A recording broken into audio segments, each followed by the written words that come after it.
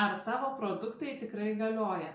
Šiandien noriu pakviesti susimastyti, padiskutuoti apie tai, kaip tavo vienas ar kitas produktas galbūt jau nebegalioja, o tu toliau jį naudoji. Tikrai nenoriu visko absoliutinti, viskas nėra vien juoda ar balta.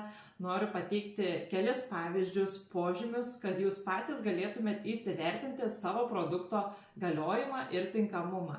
Tai pavyzdžiui, šiandien buvau parduotuvėje, šampūnų higienos skyriuje ir mano nuogąstavimai buvo dėja patvirtinti, nes aš įsigijau šį naują šampūną. Nenoriu nieko kritikuoti, apmoviau gražią koilytę, bet link ko aš einu, kad parduotuvėje aš ar bet kuris kitas žmogus šampūno buteliuką gali atidaryti, gal nori pauostyti, pažiūrėti, ar bėga, ar yra kažkas, ir viskas. Šampūnas jau yra pradarytas. Jeigu man nepatiko, aš uždarau, padedu.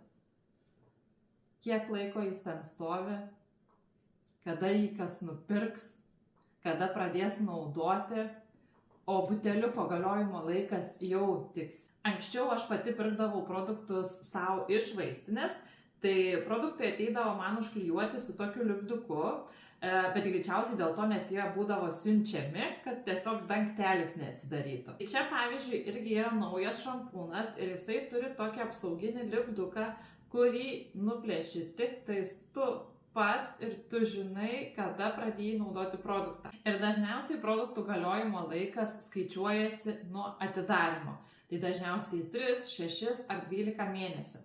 Tai jeigu tu žinai, kada atidarėjai savo produktą, tu žinai, kiek laiko jis galioja.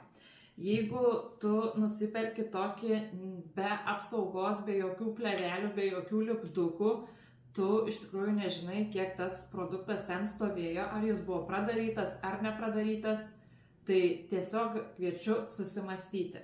Tad jeigu produkto galiojimo laikas jau yra pasibaigęs, o jūs jį vis tiek naudojate to nežinodami, gali būti, kad prasidės alerginės reakcijos, jautrumas, niežėjimas, taip pat pasikeičia produkto tekstūra, kvapas, ir veikliosios medžiagos nebeveikia taip aktyviai, kaip žadėjo gamintojas. Hermetiškai užsandarinta pakuotė - tai kokybė, higiena ir garantija. Tad kai kitą kartą pirksi kokį nors produktą plaukams, veidui ar kūnui, labai kviečiu įsivertinti, ar produkto pakuotė nepažeista, ar produktą gali atidaryti bet kas, ar tik tai vienas vartotojas jį įsigijęs.